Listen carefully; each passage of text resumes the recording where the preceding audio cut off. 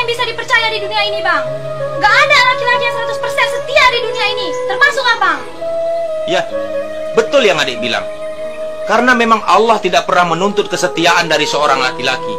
Tapi Allah menuntut tanggung jawab seorang laki-laki terhadap anak-anak dan istrinya sampai hari kiamat nanti. Itu namanya gak adil. Kenapa cuma perempuan yang dituntut setia? Allah Maha tahu apa yang terbaik atas ciptaannya. Pasti ada kebaikan dari setiap ketentuannya. Yang jelas, perempuan tidak pernah dituntut atas dosa-dosa suaminya.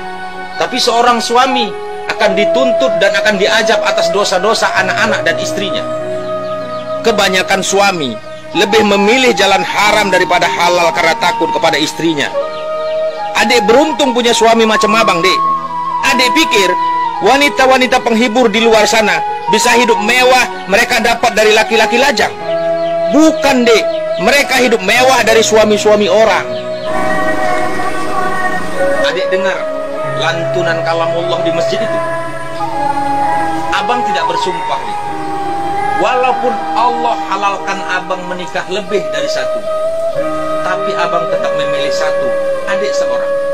Bukan karena abang takut sama adik, tapi abang takut tidak mampu berlaku adil dan besarnya tanggung jawab di akhirat nanti. Sekarang terserah kepada adik.